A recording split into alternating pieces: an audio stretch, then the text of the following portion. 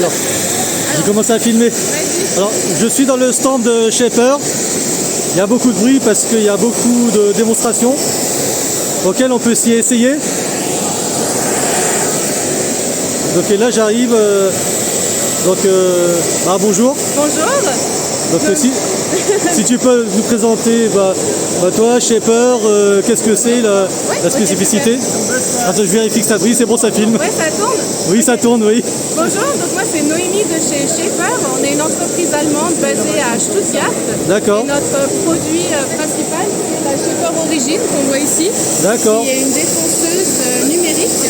Avec un écran dessus. Avec un écran exactement. Donc ici on a la partie défonceuse classique et donc elle est assistée par un ordinateur. D'accord. Donc là mon collègue est en train d'utiliser la machine qui s'oriente dans l'espace grâce à un système de domino. Ce système lui permet de savoir où elle se situe dans l'espace en tout temps. D'accord. Une fois qu'on a créé notre espace de travail, comme on le voit ici, on vient juste importer des fichiers au format SVG. D'accord. Donc par un système de cloud ou de clé USB, mais on peut également trier sur la machine. D'accord. Et une fois qu'on a notre fichier, on n'a plus qu'à rentrer nos paramètres de coupe directement, comme une défonceuse, tout ce qu'il y a de plus classique. D'accord. En fait, le fichier met en avant le chemin à tracer pour défoncer. Exactement, c'est exactement ça. D'accord. Et l'opérateur, il suit le chemin de coupe. Exactement, l'opérateur suit le chemin de coupe, il est là pour guider la machine, qui elle a un périmètre de convection pour justement qu'on ne dépasse pas, pour qu'on ne fasse pas de faute. Donc c'est son avantage et c'est pour ça qu'elle est très précise également. D'accord, donc là il faut voir à travers l'écran ce qui coupe. Exactement, ce qui devient en bleu, c'est ce qu'il est en train de, c'est ce qu'il a coupé. Donc là il est en train de dévider une poche, donc il est en fraisage libre. Et ensuite, il va faire la phase de finition en filmant un chemin vectoriel. Ça c'est très pratique parce qu'il y a plusieurs années quand j'étais menuisier, on travaillait avec une défonceuse. Avec une défonceuse, on voit pas ce qu'on fait. Exactement. Là on voit. Avantage, on sait où on en est dans notre usinage. D'accord. Et donc là on vient faire notre phase de finition. On voit les petits pointillés qui nous indiquent dans quel sens on doit usiner. D'accord. Et donc là, notre collègue Julien est en train de terminer l'incrustation pour un papier. D'accord. Et du coup, on a une limite qui est tracée et on peut pas en sortir, il y a un système de retour de force. Exactement. Si on sort du périmètre de correction qui est le cercle blanc que vous voyez ici à l'écran, alors la pièce doit se rétracter par sécurité pour éviter... D'accord. Est-ce qu'il peut essayer ou pas, ou c'est trop dangereux d'essayer de sortir de ce cercle? C'est absolument pas dangereux, on peut faire le test. Le test pour sortir, justement. Ouais. Donc qu'est-ce qui se passe? On va Ça se passe quand on sort du périmètre de sécurité. Alors je peux bouger la machine un peu. Oui. Si le petit point reste dans le cercle, tout est bien. Ouais. Si je passe le cercle, elle va se lever automatiquement. D'accord. Et on va avoir un message qui va nous dire qu'elle a interrompu le fraisage. D'accord. Ah oui, donc en fait, la machine se met en stop dès que... Exactement. D'accord. Ah oui, c'est vraiment un arrêt machine. C'est un arrêt machine, effectivement. D'accord, c'est même pas un retour de... J'imaginais un retour de force, mais c'est vraiment un arrêt machine. Elle rétracte la fraise. D'accord. Et donc Ok. là, ce qu'il va faire, c'est il va ajuster, puisque du coup, la première passe était un peu trop serrée. Donc Ouais. là, on peut rajouter un décalage sur le fichier pour pouvoir réajuster notre coupe et avoir quelque chose... D'accord, il y a tout un paramètre qu'on peut refaire au cas où on veut y aller un peu plus large. Si on veut réajuster, effectivement, surtout pour tout ce qui est incrustation, parce qu'on a besoin que ce soit très juste, D'accord. pour que ça tienne bien. D'accord.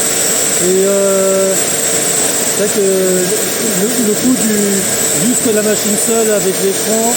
On est à 3190 € hors taxe. D'accord, 3190 € hors taxe. Et admettons que... Et après, oui, c'est un investissement, il faut voir sur le long terme. Par contre, imaginons une menuiserie qui va investir là-dessus. Sur le long terme, alors sur le court terme, c'est quand même un investissement, mais sur le long terme, en fait, en travaillant avec ça, on n'aura même pas besoin d'un gabarit, en fait. Alors on peut dessiner directement sur la machine, on peut garder nos fichiers également, donc ça les gabarits ils existeront toujours. Oui. Mais effectivement, l'avantage, c'est surtout en termes de rapidité. On va gagner contrairement à une défonceuse classique. Et, On va être beaucoup plus rapide et aussi on va gagner en énergie également parce que comme on est assisté, on a vraiment juste à déplacer la machine Et en termes- pour la guider. et je pense aussi qu'en termes d'espace, d'aménagement de postes de travail, on doit y gagner aussi. Exactement, la machine elle est portable, elle fait 6 kg, donc on peut la déplacer, elle vient avec un système de rangement. Donc on peut la laisser sur place à l'atelier ou la ranger dans sa boîte ou l'emmener avec nous sur le chantier. Flexibilité énorme. Elle a une très grande Ça flexibilité. prend une ouais. limite en espace de travail aussi. Ouais. Ah, oui, c'est... imaginons, on va prendre le scénario, imaginons je suis quelqu'un qui veut créer une entreprise de menuiserie, mais tout ce que j'ai c'est une camionnette, Ouais. j'ai très peu d'espace, Oui. je me suis improvisé un établi portable, fait avec les moyens du bord, donc ça peut être intéressant. Exactement. L'intérêt, c'est sa versatilité et sa transportabilité, effectivement. Bah, c'est On vrai. peut l'emmener partout avec nous, on peut aller carrément sur le chantier avec, contrairement à d'autres outils où on aurait plusieurs caisses, etc. Mais on peut aussi, avec la même machine, faire différentes applications. On peut mener tout un projet de A à Z, quasiment. C'est vraiment facile à apprendre. Ouais. C'est Ça aussi prend très... une demi-jour. Oui, parce que ça peut servir aussi, si on a des planches, on peut s'en servir ne serait-ce que pour de la découpe. Oui. Donc, si ça peut servir pour de la découpe selon la mèche qu'on a, ça évite d'avoir une scie circulaire portative. Exactement. Bon, c'est pas forcément gros, c'est pas forcément encombrant, mais l'économie de place, pardon, l'économie de place, c'est un critère important. C'est vrai que si quelqu'un veut se lancer avec le minimum, minimum de moyens, façon de parler, mais surtout le minimum d'espace, Oui. on peut imaginer un jeune ou un moins jeune, peu importe, mais qui vit en appartement, mais que tout ce qu'il a c'est sa camionnette, ça convient en fait. Exactement, ça convient. Mais c'est surtout que quand on est sur ce type de petites entreprises, on a des applications très variées. Et si on pense à chaque outil dans lequel on doit investir pour pouvoir faire toute une application, effectivement, le prix seul de la machine semble être un investissement, mais quand on cumule le tout, le rapport de possibilités par rapport au prix, on est quand même moins cher que d'investir sur tout un panel. Oui, parce que si on doit avoir et une scie circulaire portative, plus une scie osseuse portative, plus ci, plus ça, enfin bon. Au final, on vient sur un budget qui est beaucoup plus élevé que la machine Oui. seule aussi. Et puis en plus, il y a aussi, Ouais. puis là, on a vu ce qui se paye aussi, surtout dans le cas d'une défonceuse, c'est qu'on voit ce qu'on fait. Oui, on voit Ça paraît rien, on met jamais ce genre de critères en avant, mais pouvoir voir ce qu'on travaille et ce qu'on coupe, ouais. c'est pas trop mal. Hein. Oui, non mais une autre question, c'est répandu ou pas ce genre de technologie, enfin ce genre d'outils, est-ce que c'est répandu par chez nous en France, ou c'est peut-être plus répandu dans d'autres pays, je veux dire. Alors nous, on est historiquement basé en Allemagne, donc Shaper Tools et Origin est connu beaucoup en Allemagne. Ouais. Après, sur le marché de la CNC, c'est quand même encore quelque chose de nouveau. Ah oui. Ce couplage d'un appareil manuel avec une technologie apportée, ça, on reste quand même sur quelque chose. Moi, je ne connais pas d'autres outils qui font ça à l'heure actuelle sur le marché. Ouais. Bah, moi j'avoue que je le découvre en venant là au Robois, donc c'est pour ça que je pose la question. Ouais. Donc, du coup, il y a beaucoup, je pense qu'il y a quand même un certain nombre de menuiseries ou d'autres qui s'y sont mis.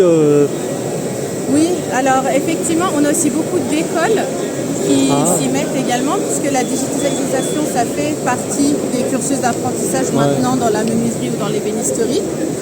Mais effectivement, cette assistance numérique, une fois qu'on a dépassé le frein de l'aspect technologique, on se rend compte en tant qu'artisan du bois des capacités de la machine, mais aussi du gain de temps. Et quand on est sur une petite entreprise, le temps c'est de l'argent. Oui.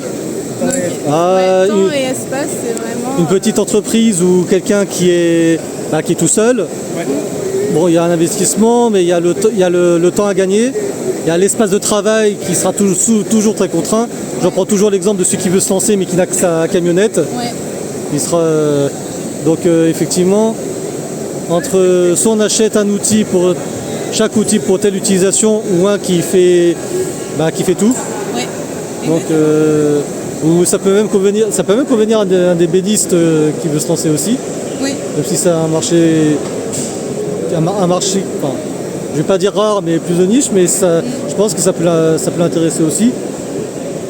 Donc oui, donc c'est une belle découverte et de toute façon on tend vers le numérique et puis c'est vrai qu'en France on est un peu les parents pauvres, dans beaucoup de domaines on est un peu les parents pauvres au niveau de la tech. Heureusement que ça évolue dans le bon sens. Ouais. Donc là c'est le cas. Donc, Exactement. je sais que dans d'autres pays ils sont plus avancés que nous dans certains Domaine technologique. dans la tech, oui ils ont. Mais c'est vrai que c'est pas que au niveau du pays, c'est aussi au niveau du métier en lui-même. Par essence, le métier du bois, c'est un métier artisanal où on fait les choses à la main. Donc c'est vrai qu'on est un peu en marge de ce qui se faisait sur ces dernières années. Parce que la crainte c'était de perdre l'aspect manuel et donc la personnalisation et le côté art du travail du bois. Alors que justement avec cet outil-là, ce qu'on essaye de faire, c'est de rendre le métier plus simple pour avoir plus de temps pour la création justement et repousser les limites de la création. Oui, parce que là ce qu'il faut souligner c'est qu'il y a une assistance numérique, mais l'opérateur il travaille. C'est pas un truc qu'il fait tout seul, et puis l'opérateur il fait pas du on-off et point barre, tout est fait. Pour comparer Origine, je prends toujours l'exemple de c'est comme monter à cheval. Bah oui. Le cheval sait où il va, il sait qu'il doit aller, il doit avancer, mais il y a toujours quelqu'un qui tient les rênes pour le guider et pour lui dire plus vite, moins vite, à droite, à gauche. Non mais c'est comme ceux qui me disent ouais mais il faut dans les progrès il y a la voiture, oui, mais par rapport à un cheval une voiture, mais dans les deux cas il faut savoir conduire. Exactement. Donc une scie à main. Ouais. Une scie à main ou une scie circulaire électroportative, dans les deux cas, il faut savoir couper où il faut. Exactement. Ça ne travaille pas tout seul, donc en fait c'est garder la place de l'humain dans le travail. Et de toute façon, peu importe l'évolution technologique, même avec l'ère de l'IA, rien ne remplace l'humain. Tout à fait. Donc voilà, même si ça arrive, voilà. Ok, c'est très intéressant. On va voir jusqu'où. On va voir si beaucoup tombent sur la présentation de Shaper, que moi je découvre ici. Oui. Donc je pense que si ça peut donner envie si je réussis à donner envie à des menuisiers ou d'autres qui veulent s'y mettre, ça serait une bonne chose. Puis en plus ça a l'air facilement transportable. C'est très facilement transportable. Ouais. L'aspirateur Festool. Et puis au niveau poids, je pense que. Elle fait 6 kilos. Malgré tout ce qu'il y a, c'est pas forcément plus lourd qu'une défonceuse classique. Non, pas du tout. D'accord. Ah oui, c'est sur secteur. Oui. D'accord, ok. Je me demandais si c'était sur batterie ou sur secteur. On est sur secteur, effectivement. D'accord. Ok. Et là, je vois par là. Donc là, c'est une nouvelle addition à Origine. Derrière, ce qu'on voit, c'est le Bench Pilot. Donc c'est un bras mécanique. Donc là, lui, il vient remplacer l'opérateur. D'accord. Donc ça s'applique aussi à ce genre d'installation. Exactement. D'accord. Ok, c'est vraiment pas mal. Hein. Je pense que ça va se démocratiser petit à petit. Oui. Ça peut arriver plus vite qu'on le croit.